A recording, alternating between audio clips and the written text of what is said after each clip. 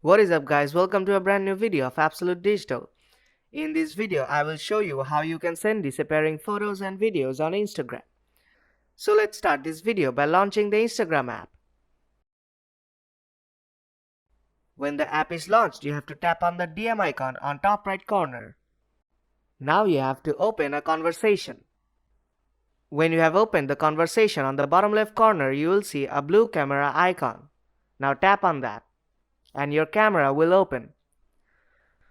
Now you can click a picture or video right away, or you can send a picture or video from your gallery.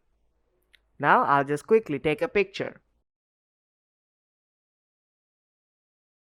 Now to make this a disappearing photo, you have to tap on view once and then tap on send.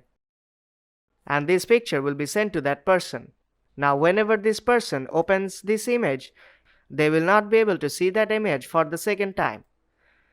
And that is how you can send disappearing photos and videos on Instagram. So if you find this video helpful, then do drop a like and make sure to subscribe for more tutorials. I'll see you in the next one.